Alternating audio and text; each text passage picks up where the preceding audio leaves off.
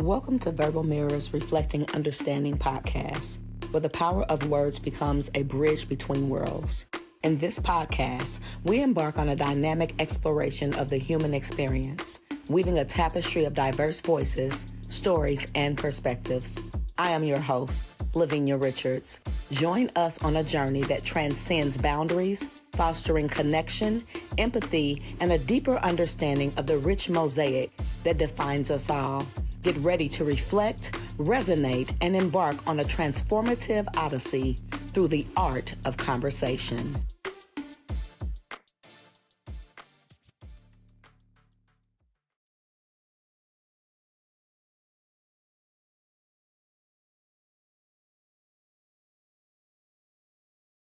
What's up, everyone? Welcome to Verbal Mirrors Reflecting Understanding podcast. I am your host, LaVenia Richards. Listen, we got a powerful topic today, y'all. We're talking about the intersection of strength and vulnerability, exploring women's experiences after leaving abusive partners. We're going to get real with it today. And I have a powerhouse with me today, an amazing young lady. Her name is Miss Lex Burrage. How are you doing, Queen?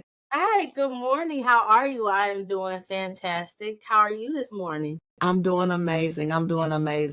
Listen, first of all, I want to welcome you to Verbal Mirrors. We really welcome you and thank you for, taking the time to speak to our listeners today.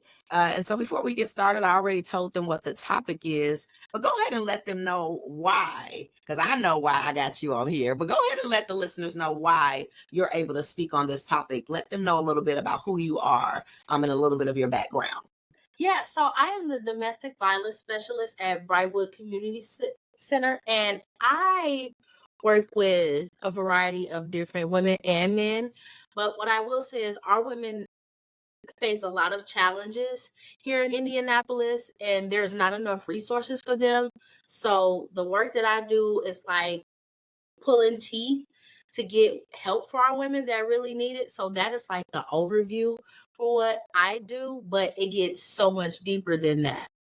Oh yeah. I know. Yeah, I talked to you, and then that's what I love. And first of all, thank you, because I am a survivor of domestic abuse. So, and it is hard to leave. So this topic really resonates with me. And I'm sure some of my things will come up, as far as that is concerned, as far as what's happening in my life. But we're gonna go ahead and dive into it, because we need to get with the first question. So the first question I have is, from your experience, how do you help women acknowledge and embrace their strength while honoring their vulnerability after leaving abusive relationships?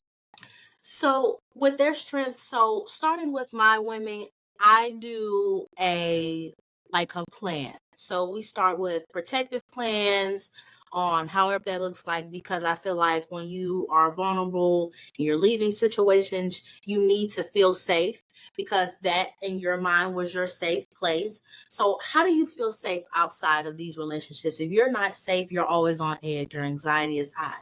We have to get you calm. We have to get you in a state where it's like, okay, I can think properly, so that it is healthy for you and for a lot of my women, for their children as well. So if you are in this calm state of like, okay, I'm safe, or I know if I put up somewhere, that is the biggest thing for me. And we also do a safety plan, which is like, what do you need to survive? What do you need to succeed?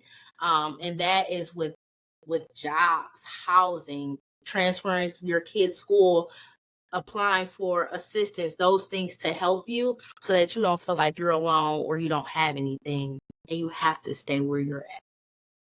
That is powerful, because that piece you said about not feeling alone, you definitely feel alone when you're going through those types of situations, because a lot of times you don't want people to know that you're being abused, so you're not telling anyone.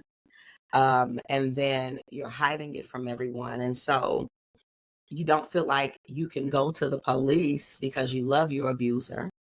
So it's like a catch-22. So you don't feel like you have anyone, to talk to release to help you. And so I like that, because now you're putting resources in place. And I think that's very powerful. Now, what do you feel? Um, how do you support women in rebuilding their sense of self-worth and confidence after leaving an abusive relationship? So I ask my women, what does that look like for them? If they need their hair done, do you need clothes? And I do help with that as well, because what makes you feel you? What makes you feel beautiful? What makes you want to get up every day? A lot of women, their first thing is their kids. Aside from your kids, why do you want to get up and push so hard? And my biggest thing for them is, if you need someone to talk to, I'm always here. I contact all of my women every morning. Good morning. How are you? I want to know how your day is being started. And if it is not good, I will call you. I will listen for 2 hours, because whatever is sitting with you this morning, I don't want that to carry on throughout your day, because that could possibly harm you. And Mm-hmm. now your focus is thrown off. So it really depends on the client that it is, because they all have different needs. But Mm-hmm. whatever works for them, I just go off of, you tell me what you need right now. We'll tackle it right now. We're not going to wait till later. I'll get back to you in 24 to 48 business hours. We need to do it right now, because tomorrow can be too late. Oh, that's powerful. That's powerful. And what I like is that it sounds like you're creating safe spaces, Mhm. right? You're helping create those safe spaces. But then you said something so simple like, do you need your hair done? Like that can make us as women, and I would assume men too, when they get their hair cut and they looking good, fresh to death, but that makes women feel seen, feel, Mhm. beautiful, right? And so, especially after being abused, right? Because you feel like you're ugly, you feel like you're not wanted, you feel like nobody wants you, because why would he be beating on you if anybody did? All of the things, right? So I like hearing the fact that you are creating that safe space. What do you need? And not tomorrow, now, What do you need? because sometimes it is too late. Sometimes it's a matter of 5 minutes too late, like just, and so I think that's really powerful though, that you reach out to everyone, I you have know. I have to, because there have been times where I've been in a meeting or I've done something and I missed a call, and I have not been in your situation, but you've told me enough. I'm scared, for you. That's So if I right. missed your, like you said, if I missed your call for 5 minutes and I call you back and you don't answer, and I've called you twice, I do pop-ups. I do go to my client's home, and sometimes they may have just fell asleep, but I don't know what you called me for. Right. And I don't want to be like, oh my goodness, she called me and I wasn't there for her. But like I said, they kept it from their families. They distanced themselves. Their families don't want anything to do with them. Some people don't have families, so they attach themselves to this man, and this is how this has happened, because they don't have anyone. But I don't want you to feel like you have to go seek somewhere else, because I'll always be here for you as long as you need me. So that's why I have that safe space, because like you said, some people they don't have it, and some people don't even have the family to even reconnect with. So I don't want you to go back down a hole and say, okay, here's one more person who said that they helped me and it's not helping me. Absolutely.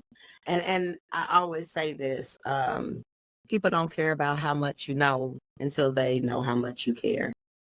I don't care how much knowledge you have, because that's not going to help me if I'm getting beat up, you know. I need resources. I need help.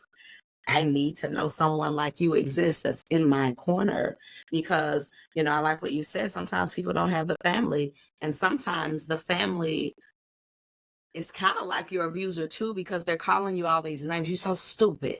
Why would you, if they do know? Because it's somebody that knows, right? Like, even if you don't think they know, somebody knows. And so you hear later on, oh, she's so stupid.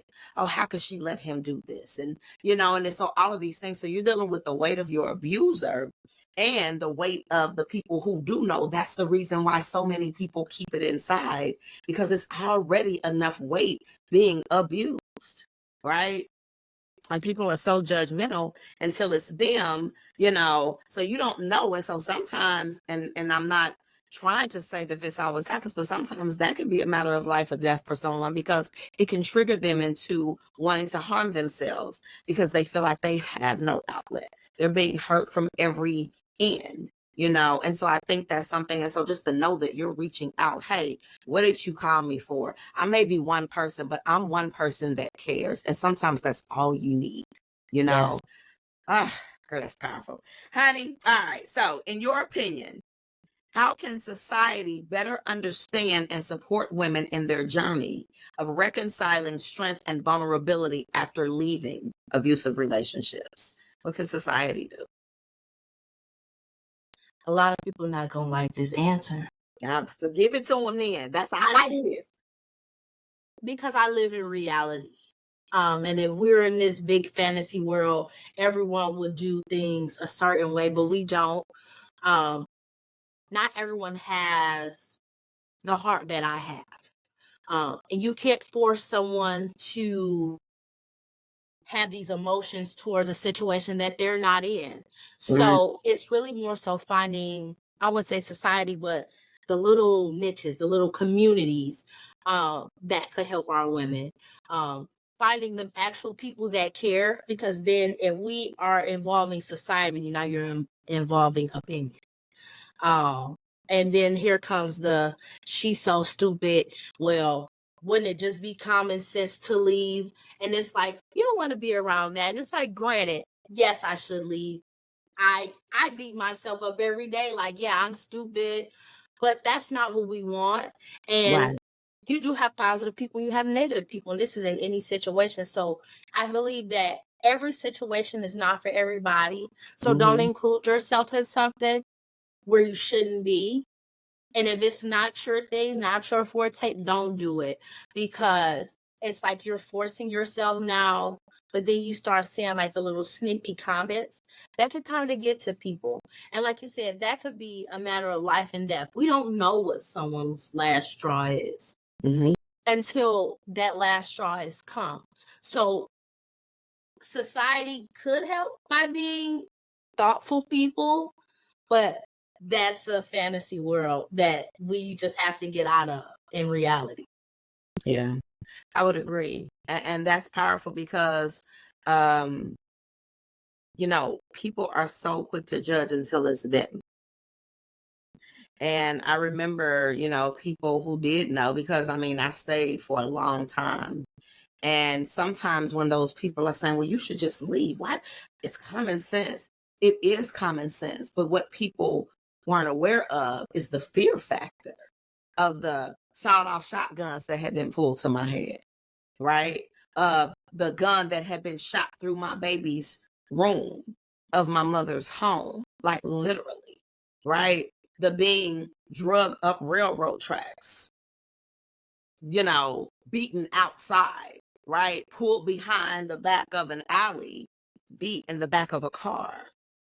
So those people, like when, you know, people say, if I can't have you, nobody else will. That was my story. See, that was really my story. It was, he meant that, right? And so it was a fear because I'm like, oh my God, if I leave this, he gonna kill me, you know? And it was hard because I was young. I was a runaway. I ran away from home, you know, at like 14. Never went back home because I'm trying to prove a point. Got my ass beat from 14 up until I left him in my 20s. You know what I'm You know, saying? society would say that was your fault. Of course. You left home. Yeah. That was your You fault. was, yes, how dare you? You know, I mean, why didn't you just go back home? And so there were so many things. And so people, like you said, if it's not your thing, it's not your thing. But don't be so quick to judge if you don't know what a person's backdrop is, if you don't know their story. Yeah, I wanted to leave, but do you know that I couldn't? Did you know about me being in an apartment and I did leave and he came and busted out every window, busted in the house and chased me through the house? You get what I'm saying? So leave at what cost, at what expense? My life. And so it's easy to judge. So I like what you said, that be nice, be kind, because you never know a person's story. And even though I'm not built that way to quit, if I were a weak individual, if I were a person that didn't have whatever it was that was instilled in me. You can call it religion, you can call it faith, you can call it spirituality, whatever you want to call it. Something was ingrained in me to know that there had to be something better. I didn't know it at 14, but by the time I was 24, 25, I knew it. You know what I'm saying? And so for you to be in place, like, it's so powerful. And I do have a lot to say about it because I am again, survivor of it. So to hear you, and I don't know your age, but it doesn't matter. I said I went through this at 14, right? So now I'm 51 years old, but I'm able to tell my story and maybe now have this platform where I have someone like you who is a specialist with dealing with these things, where you're dealing with the women, the teenagers, and the kids. And like you said, men too, because men get abused. I don't know why people think men don't, but they do. It's some people out here like Rasputin, you know, that, I mean, seriously, right? And so, and sometimes it's not about that man not being a man, but if he really flip his wig, he might kill that woman. He He's knows wrong. he's stronger. Now he's wrong. Yeah, Now because she's a he's wrong. woman. Right. So nobody looks at that. So I'm not just trying to make it a woman thing, because I want this platform to touch everybody. Right. Yes. But I just want to thank you for what you do, because again, we need that safe space for people to be able to come out with it more, where they have somewhere to go. Think about the people who have said something and nobody helped them. Their abuser found out, and now either they might be dead or they're in the hospital, or something has happened as a result of them trying to leave. Girl. All right. So we talked about that, but let's talk about a success story. So can you share any success stories or empowering moments from your work with women who have navigated the intersection of strength and vulnerability? So we have success stories, and I will say success looks different for everyone, because I look at it as like, girl, this is success, right? And Yeah. she's looking at me like, I don't think I'm there. But I feel like that's just us as women, right? Whether we've been abused or not, it's like, I feel like I could be doing more. And Right. so I did have a woman who was in a relationship, and it was her and her daughter, and she just could not get out of this relationship. And then she finally left in the middle of the night. Nothing. Her and her daughter had nothing. Put them up, and the struggle was real. The struggle for the past year for her has been real, because the shelters here are completely full. You've had COVID, so they weren't putting anybody out of anywhere. Then you have shelters that are full, and then they stay full when it becomes winter, because you don't kick anyone out. So it's like, where do our women go if there's nowhere else to go? Then you have the resources, like, well, you haven't been working. It was hard for her to get a job. You have not been working for 2 years. You haven't worked for however long, but this man told her she could not go to work. This man told her, you're going to sit here every day and look at 4 walls. I might open the curtain for you some days. Yeah. So it's been really hard, because you have this experience from when you were younger. But a lot of people's like, that you have, that experience is what? Over 5+ years old. Do you even know how to still do this stuff? Do you need to basically go get a lower paying job? But it's like, how can a woman get back into society? And this is another thing as to why our women are like the way they are, because like, if I leave him, who's gonna pay my bills? Right. I don't have enough money to pay my bills. Being a single person in general in this life is hard. I'm married, and me and my husband are like, if we were single, Lord, we don't see how single people do it, but she is doing it. She has an apartment. We help with her security deposit. We help get her some furniture, and we are partnered with Bob's Furniture. So we reach out to them. We try to reach out to local thrift stores. I always encourage Marketplace on Facebook. What can we get you? She is actually she's renting a home right now, and her and her daughter are fine. daughter's in high school, and she actually goes out and speak, because we do hold a commemoration every year, partner with Domestic Violence Network in October for Domestic Violence Awareness Month. And she did speak this last October, and it is just amazing to see what can be done. And she doesn't think she's there. She ended up losing a job, and then we had to go back through the whole process of you have to find a new job. But it's like, Mama, you're alive. Yeah. This is, I feel like all of my clients are success stories because you got out alive. Oh, say that. So no matter where you are, you may not have a job right now. You may not have a car. Your car didn't broke down. Everything just, you feel like you getting 3 steps ahead and getting knocked 2 back, but you are alive. That is a success story, because it'd be a different story that we'll be telling if you were not here. And that's a sad story. But Yeah. for her, I'm like, you did it. Because to leave in the middle of the night, you had called the police many a times. He got locked up. They let him right back out. Told him, go home. You're fine. And it's like, what home? My home? You want to come back to here? To here. Where you just picked him up from? Where he put this gun hurt to my me. head? Yeah. Where he put a gun to my head. Mhm.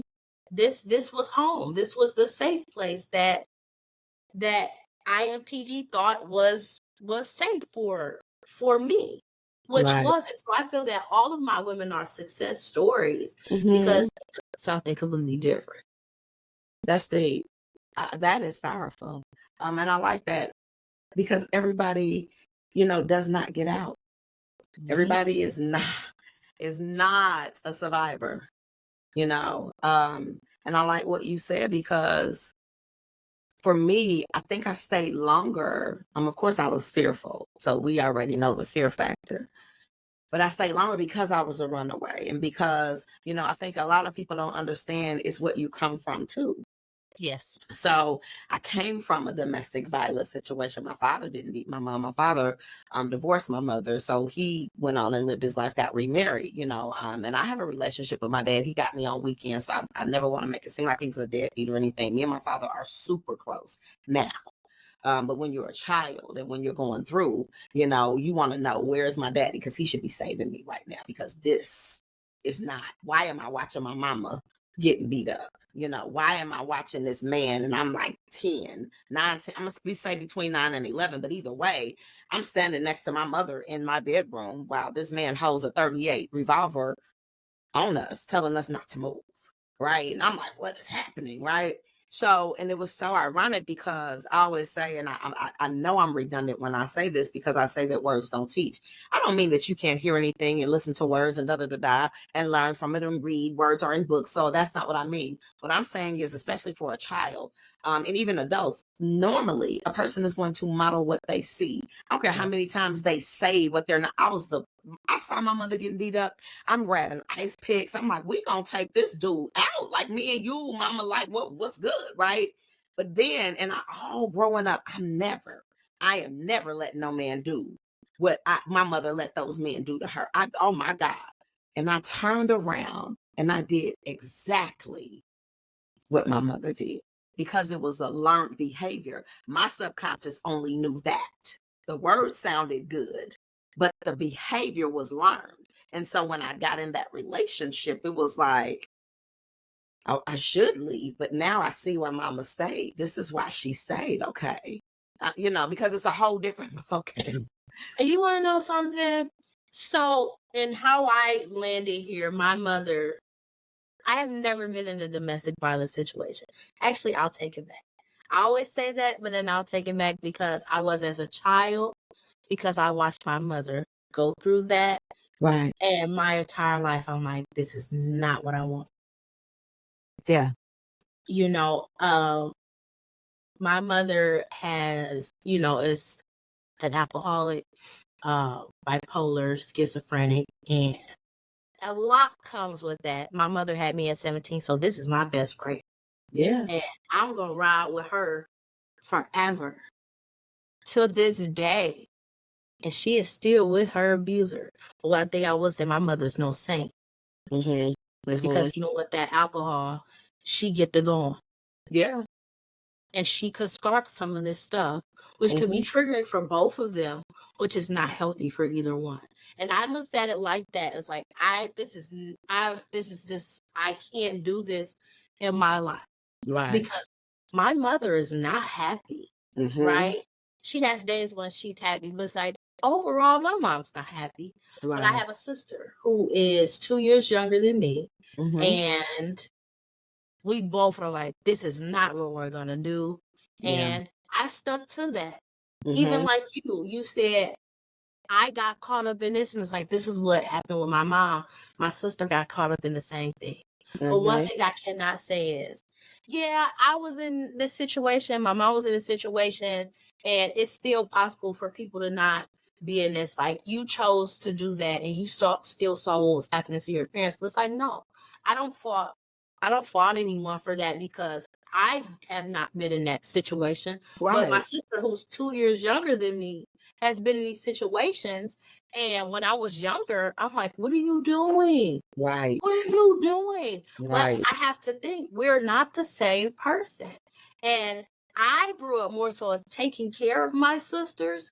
So it was more so as like, I see this is what mom has going on, but you as my big sister, you're taking care of me. But I don't see a relationship.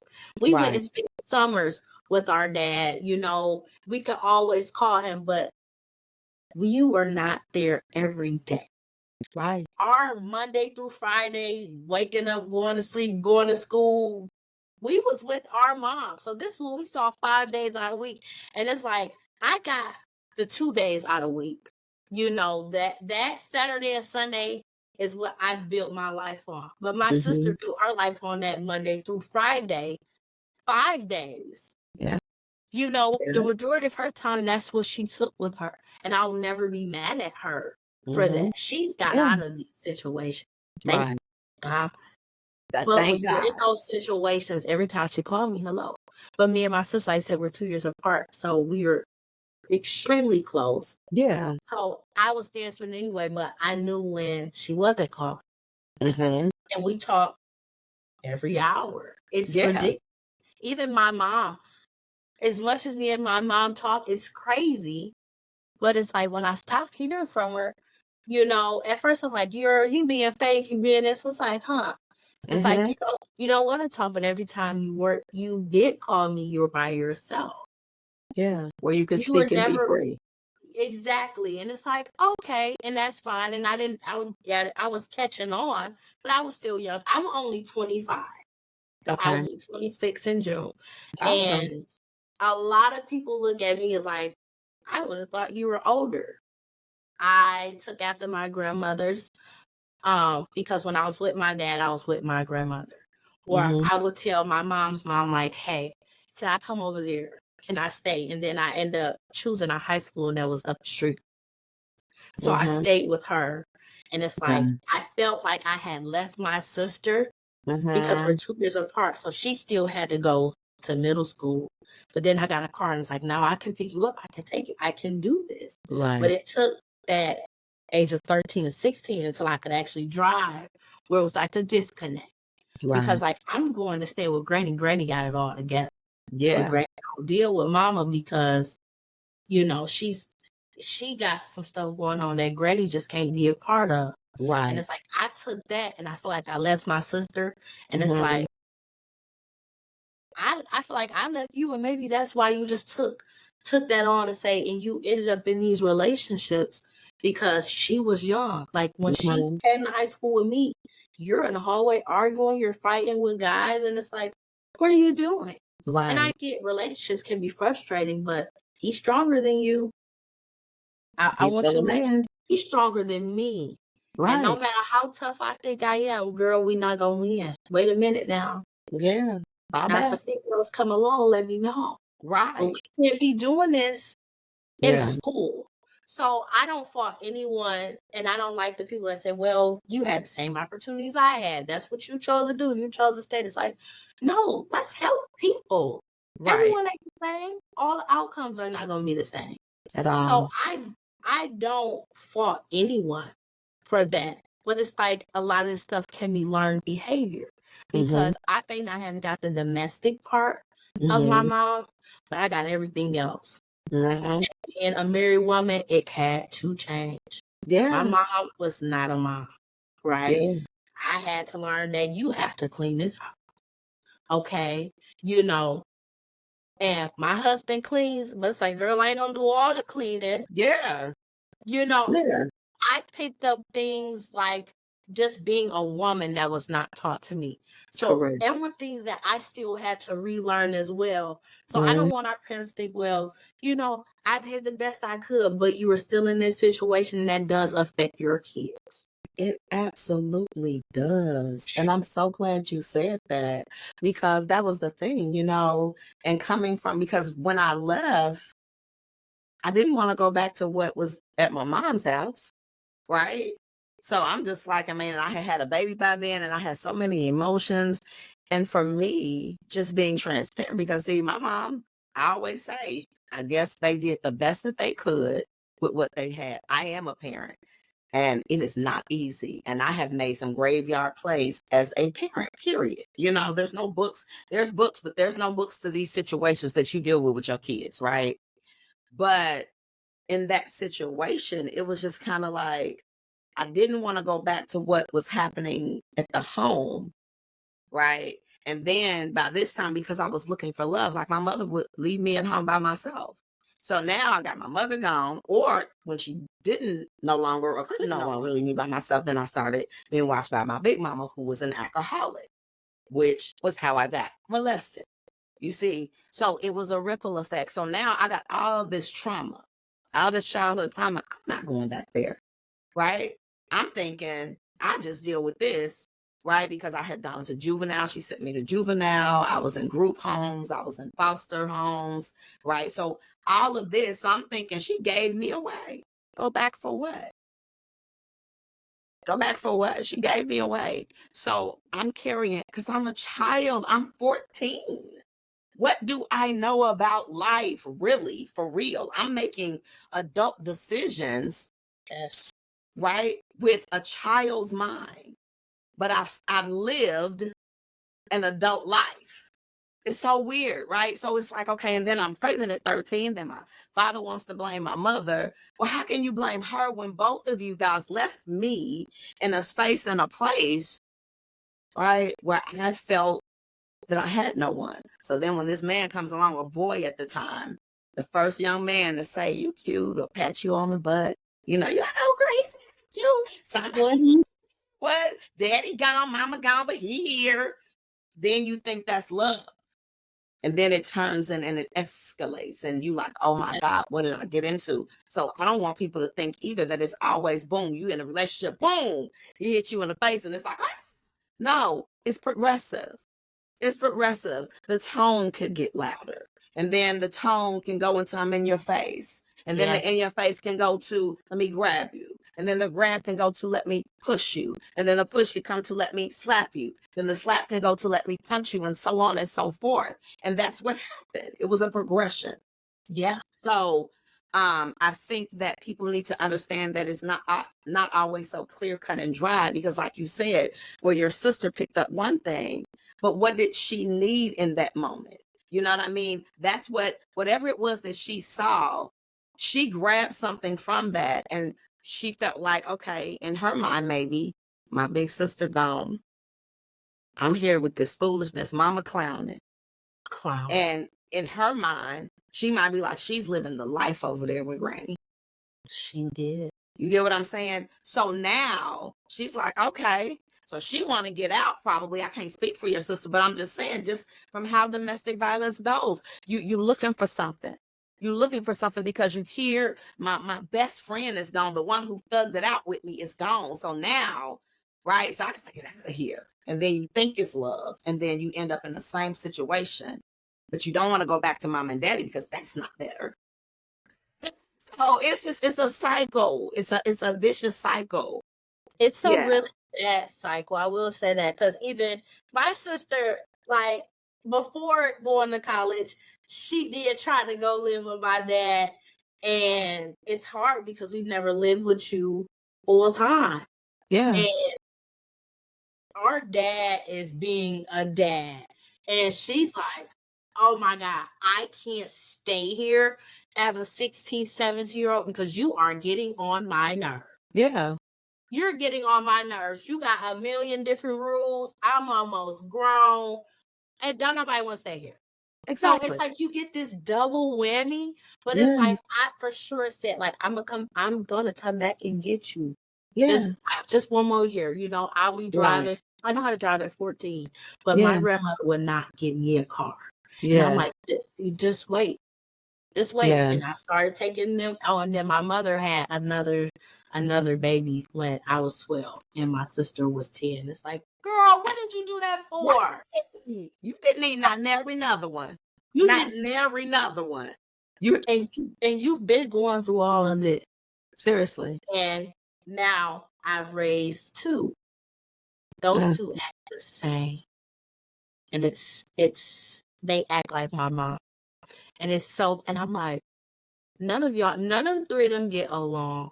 And of course, my sister's now 16. She's still with my mom. Mm-hmm. And we're from Detroit, so they stay up there.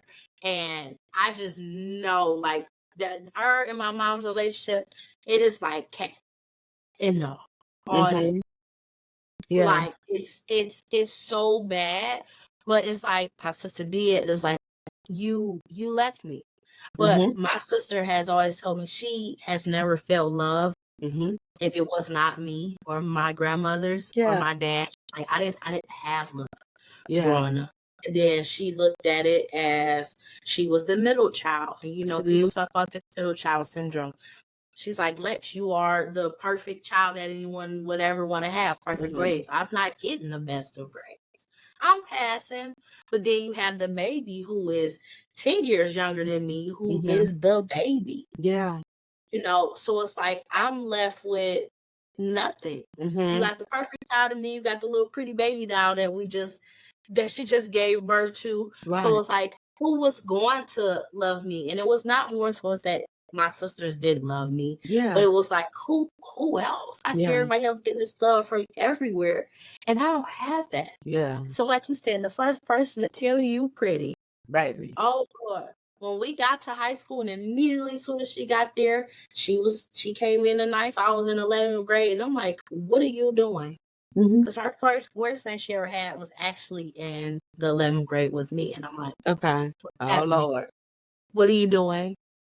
And it's someone I knew on the football team. I said, girl, what you doing? Oh Lord. And in sports. What are you doing? What are you doing? Because you know you got a girlfriend. You got several. Come on now. Several. And I said, you got to listen. But she was in that mindset of, I don't need you to tell. I got it. I got it. It is not even like that. I got it. She didn't have it. Yeah. But it was like, y'all need to let me, everyone is already trying to do everything for me. And we were just trying to, you know, take these extra precautions, but it was still hurting her. And it's like, for so long, we haven't been able to let her do it. Let her do it. Because it's like, you're going to fail somewhere. I don't want you to fall too hard, but I had to step back. Yeah. Because now we're going at it. It's like, this isn't us. We've never done this. Right. I'm not going to say nothing else to you. But when you need me, I'm here. I'm here. And that's what I was going to say that. And thank you for saying that, because it goes back to that safe space, right? Yes. Like you said, okay, maybe I got to fall back, but know that I'm here no matter what, because sometimes that's all a person needs. Like, I can't really talk to you right now, but I know when I need to, I have that safe space. And sometimes that, again, is critical. But I thank you for sharing three separate views, right? Your view and both of your sisters, because everybody took something different. And we're talking about a 10-year difference, 2-year difference, 10-year difference, and how people can come from the same household and grab something completely different, right? Completely different. And that is so powerful. And I'm glad I wanted to ride with that for a while, because people think, you know, with that judgmental part, that is, again, that clear cut and dry, or, well, why is she like that? Because everybody needs something different. Everybody sees things differently. What people grab from it and what they need from their mother or their father collectively is not the same as the other child. One needs more love. One wants more attention. One wants you to provide more for them. One Yes. wants, you know what I'm saying? Like, that's just how it is. I have 4 children, and so I get it, right? So I'm glad that you dived into that, because I don't think people understand that everybody is not looking through the same lens. They're not. We might all wear glasses, but we're not seeing the same thing, Show right? ain't. Girl. All right, so let me ask you this question. From a counseling perspective, what strategies do you employ to help women cultivate resilience while also acknowledging their vulnerability? So what do you do for them? What strategies do you help them with?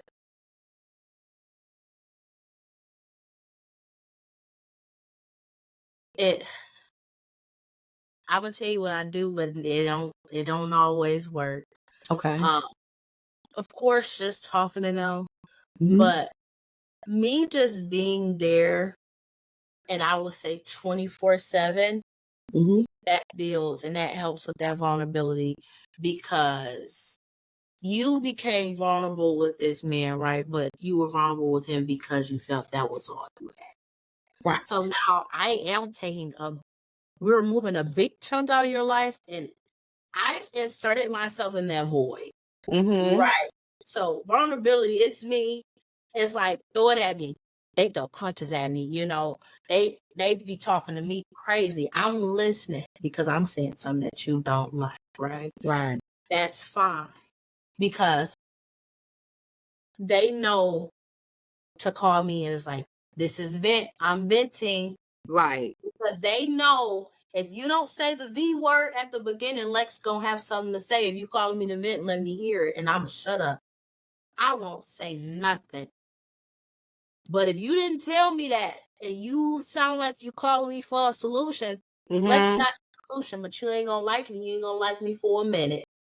Right? I still Okay. reach out to them when they're not reaching out to me, because I Mm-hmm. probably made them mad or whatever. That's fine. But my biggest strategies is literally just keep reaching out to them. Okay. Right? And even if you can't get out of bed right now, I'm still reaching out like, hey, I reached out to this. I've been reaching out to these employers, I apply for jobs for my clients, right? Mm-hmm. Give you that permission. I have your resume. I know what you're looking for. I'm applying. Hey, you never interviewed this. I'm getting you ready. The strategies look so different. And sometimes they just need to come in and sit. You can do that, But what is your plan? If you just tell me, hey, Lex, today, my plan is just to get up, take a shower, and wash the dishes. I'm going to wash the clothes, but I won't be able to fold them today. I'll get to them on the weekend. That is better than what you did, which was nothing yesterday. Right. So when we talk about vulnerability, it's like, these women already don't want to talk to anyone. I've Right. talked to people already that could not help me. They called me stupid. My family is nowhere to be found. You have family members that's trying to take your kids. Vulnerability is something that comes so far down the line. It's ridiculous.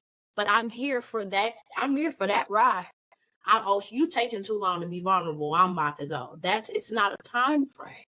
And it's Right. really just listening what the strategies come from your clients. What do you want? Mm-hmm. What do you want to do? What do you see out of talking to me? What are you getting? Because Mm-hmm. I need to know, what am I providing? What do you need more of? What do you need less of? So that's how I operate. Yeah, I like that, because um the strategy is tailor made, basically. Yes. We're tailoring it to fit the person and their needs instead of a one-stop shop. Oh, Yeah, I instead hate of putting everybody in a box. Oh, you're abused, you're abused, you're abused. Everybody, let's go to this meeting. No, what do you need? Because I may Yeah, not need the meeting. I may need to just come and just sit and talk to you for 10 minutes and just look and just feel your energy to know that I'm around somebody who genuinely cares about me. exactly. Some people already have a therapist for Yeah, different reasons.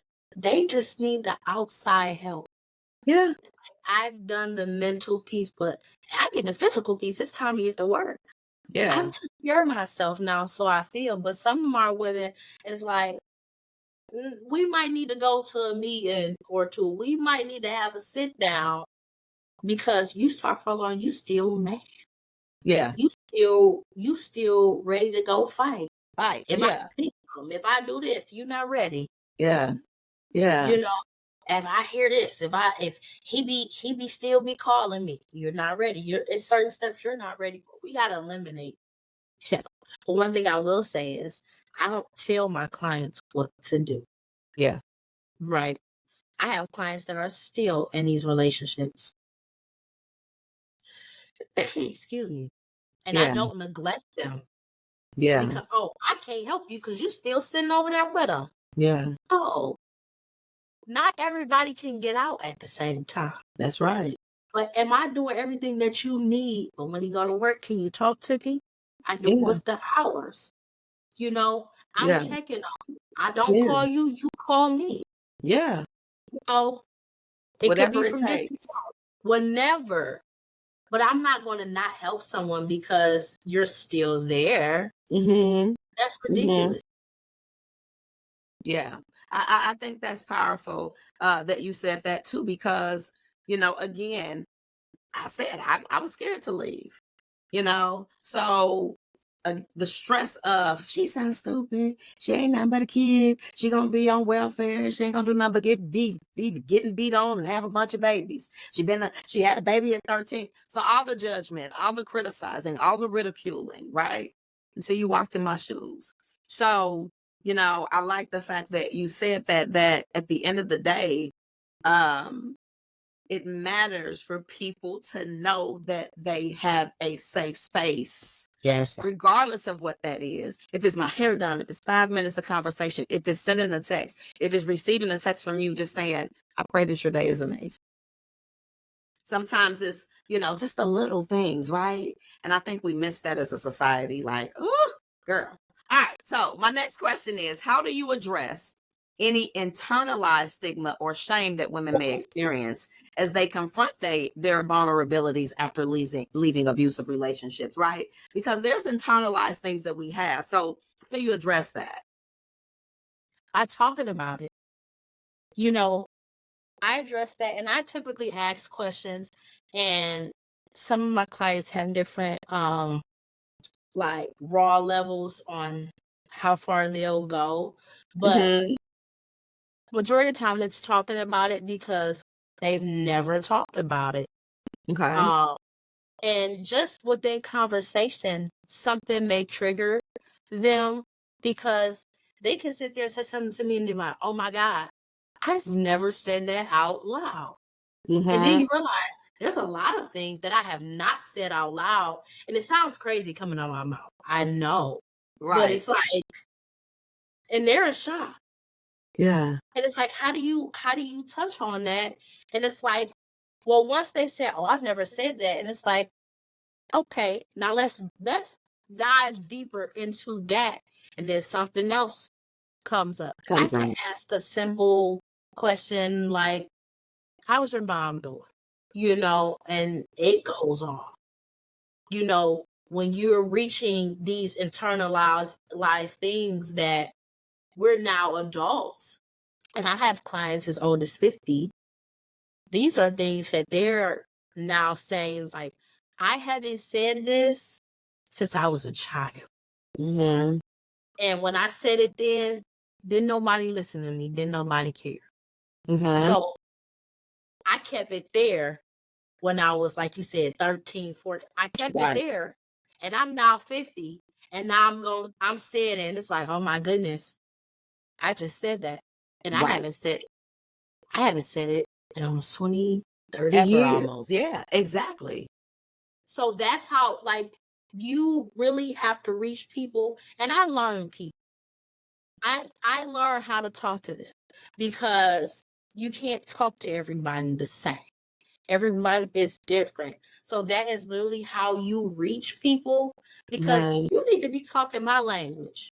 Yeah. You can't just talk to me and I don't like the way you talk and I don't got nothing to say to you. Yeah. And that's just the reality of it. I know some people hear me talking to my clients and they be like, she wouldn't be talking to me like that. You're right. I would not be talking to you like that because that does not work for you. Right. But I have hothead clients that the only way they're going to listen to me is if I'm getting up on them. And it sucks because I don't like doing that. Yeah. But that's the only way that you hear me.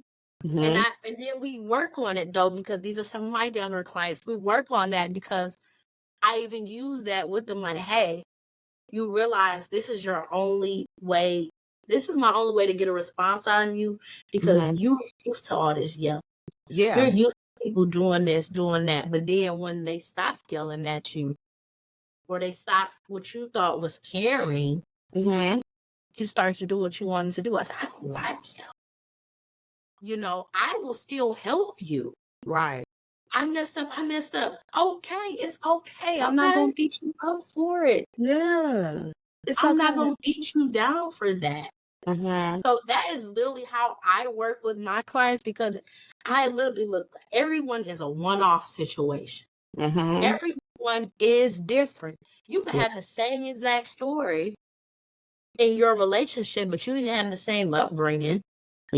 You weren't taught to the same way growing up. Right. So that's literally how you reach people on the inside. You reach them on literally how they're expressing to you how they would love to be touched and felt on, you know? And I like what you're saying because you're saying, first of all, that you're hearing, you're listening to what people need. You're learning, building that rapport, that relationship with people. Again, not a one-stop shop, not a one-stop fix. Everybody is not in the same box. Just because me and you are both African American, we do not have the same story, you know? And that's the thing. So how do you tailor that back to what you were saying earlier? Treating people as individuals. You're an individual, so let me deal with your situation individually so that I can, because sometimes you don't, like, if that's not your character, I get it, but sometimes you got to knuck if you buck a little bit. Like, who you talking to? This is what we need to do because this is what you said you wanted. I'm here for you, but you're not going to keep on playing with me. And they be like, okay, Lex, okay, But they gonna girl. get it done. Right. And then I'm like, why do I have to do that? I don't like doing that. Learn behavior though. Culture. What are they used to? What is their agreement? What did they agree to? Right? It's something when you do that every single day, and then you got somebody that's trying to change their trajectory of their life for the better. And that is unheard of. The subconscious does not know anything about that. It only knows what it knows. And that's the hurt, the trauma, the arguing. Nah, don't give me nothing tender. Give me something rough. Like yell at me. And it's sad. That was me. Because my mama told me to do something. If she wouldn't yell, and I'd just be sitting there. I get to it. Yeah. But as soon as that voice went, oh, we need to get up and need to do it now. Yeah. You're serious now. Yeah. But it's like it Why shouldn't gotta be do that. She was serious when she said it the first time. Yeah. But it took me to yell for you to hear me. Because that was the norm. That was the norm. If it wasn't the arguing or the cursing or the fighting or the drinking or whatever it was. So you like, oh, girl, unless mama yelling, really, she ain't really, you know, because I'm not really paying you no attention. Whatever, you know. Yeah. So that behavior and living that every day, you want to come and I've been doing something for, like you said, for 50 years. And now here you come. Like LaVenia, we can do this. And I'm like, no, we can't. We can't do that. I ain't never been able to do that. You know, so you're literally trying to change a person's thinking. And that is a tough feat when you have been conditioned.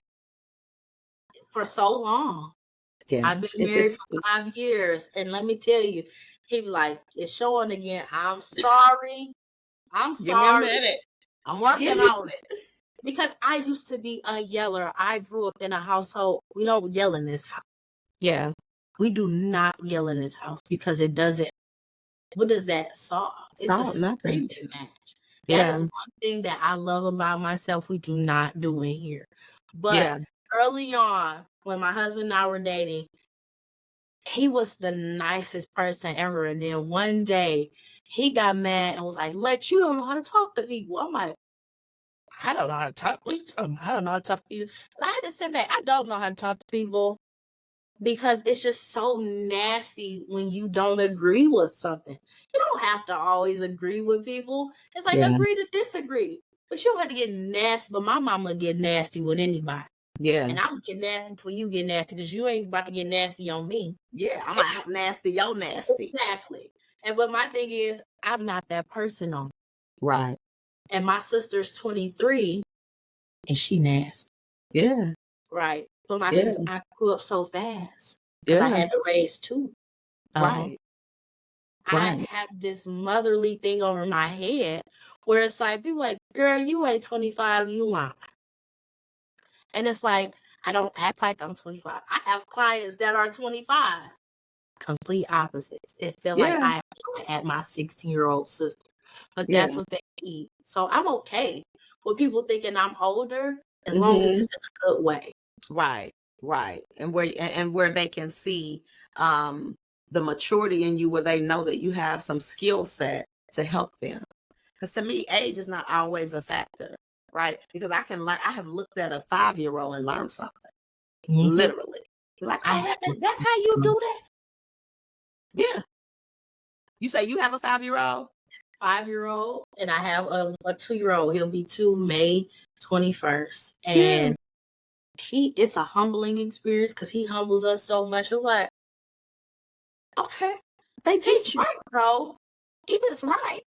Yeah. So And I I will think say you learn from different ages. you do. And so the fact that it doesn't matter if you're 25, look at what you're doing at 25, where there are people in their 40s, 50s, and 60s that aren't even touching the surface with helping women like you are. Right. So that's what I mean. Age means nothing when you have a calling and a passion and a desire to help people. It doesn't They be matter. scared. They be scared to reach out to certain people. That's what that is. Yeah. They be scared because I'm not scared. Yeah. I'm It's gonna been help. look, I'm gonna help. I ain't scared of nobody. Yeah. Nobody put fear in my heart like that. Yeah. Yeah. We're gonna see what it is. So you can't tiptoe around those organizations in the Yeah. No, you to got to go straight for it. This is what we need. This is what's going on. How can we partner to make this better? For real. All right. So my last question. What advice would you offer to other counselors or professionals working with women who are navigating the complex terrain of strength and vulnerability post abuse? I would say so much. Finding, like I said, finding those communities, the organizations that help, because even as advocates, specialists, counselors, therapists, we cannot do it alone. Find a team. You don't physically have to work with them, but I have a team built to say, hey, this is this is that. Can you help me with this? Do you know someone?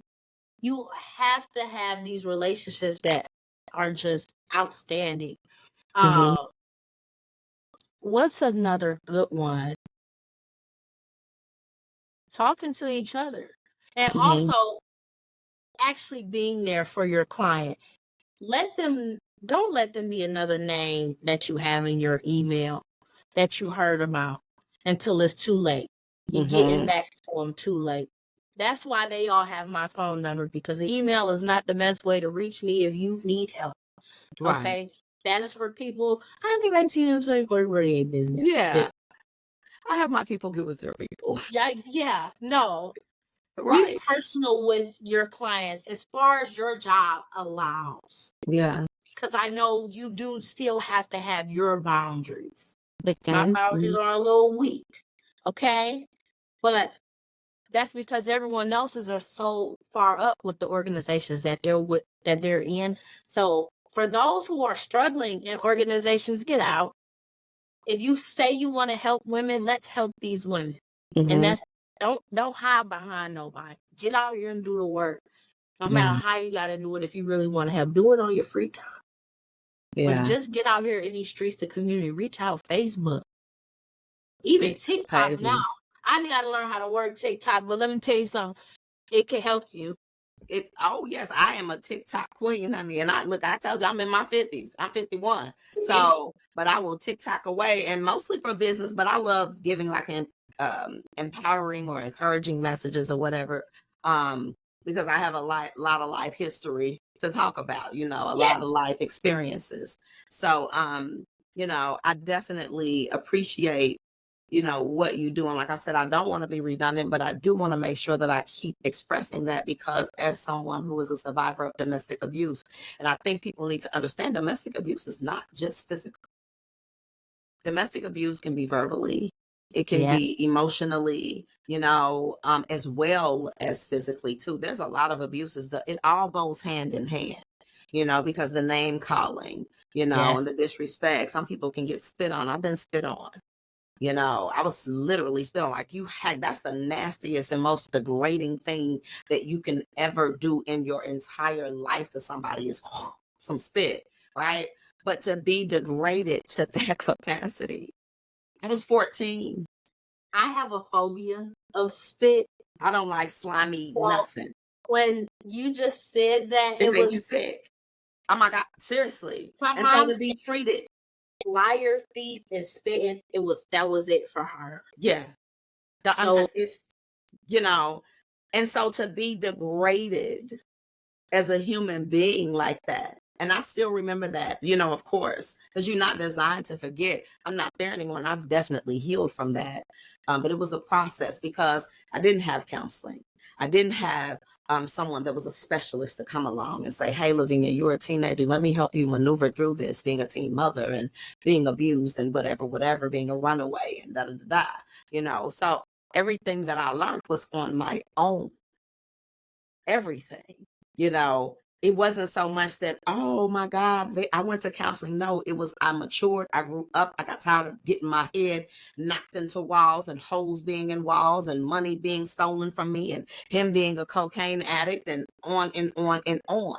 And so it was a matter of me realizing that if I didn't change, um, this would be my life for the rest of my life. That it was just a me thing. It was just an evolving and really deciding that I needed something better for me and my children. Because at the time I had 2 daughters. And what was I teaching them? And my oldest daughter had witnessed it. Right. So all of the things. And so just knowing, like you said, we need people feet to the pavement. Social media is beautiful, but do you know how many people hide behind the screen on social media? I could send a picture right now and have just cried 15 minutes ago and put a right. picture, hey, and be Please, ready. that's fine. How do you Yes. know No, but they it's seem like so you don't even know how old that picture is, right? And you looking, we living our best life, laid on the beach and laid back. But the reality is you ready to slit your wrist because this man just really, you understand, punch you in your stomach while you were pregnant and you having a miscarriage. Mhm. Right. And so I'm so glad that you said that.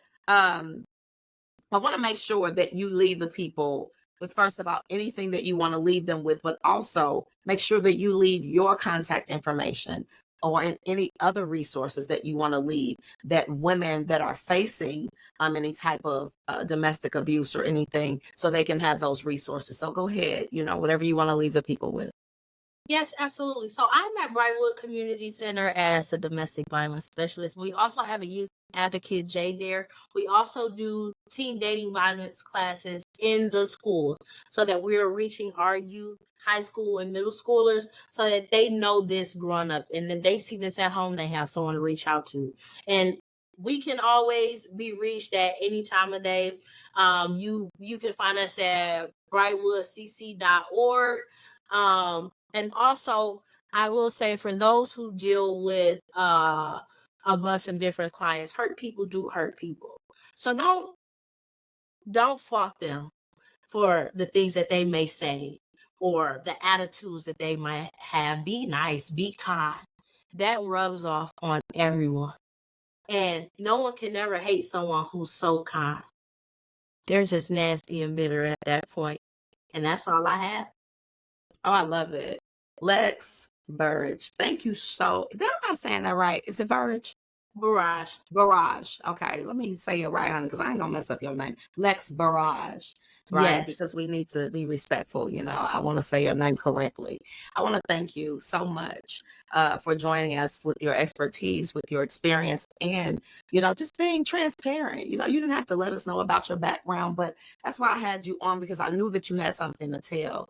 And the mere fact that, like you said, you never experienced it, you showed so many facets of how people can experience domestic violence and take different things from it. And I really want to thank you for that and giving a broader perspective of how we as a society can come in and now help individuals who are facing this so that they know that there is a safe space, especially here in Indianapolis anyway, right? That they can at least start to get the healing and the resources that they need. So once again, I want to thank you so very much. Ladies and gentlemen, you heard it. Mrs. Lex Burrage. Yes. Burrage, I'm Thank sorry. you. Thanks for having me. Yes, this was the bomb. Listen, you already know that we're on every Thursday at 10 a.m. You can catch us on Spotify. You can catch us on Amazon. You can catch us on podbean.com. You can catch us on iHeart. You can catch us on so many platforms. We're on YouTube. We're on Facebook, right? Make sure that you share this. There are people who are going through that need this platform so that they can hear real stories with real people who are experiencing things, but not only that have overcome those things and that can give you resources. And we always say that, we don't give advice, but we always let you know if you are being hurt in any kind of shape, form, or fashion, get help. Call 911. Find a safe space. Find someone that can help you if at all possible. We would never suggest that you stay in anything that is causing any type of harm. So, ladies and gentlemen, I already let you know how you can contact us.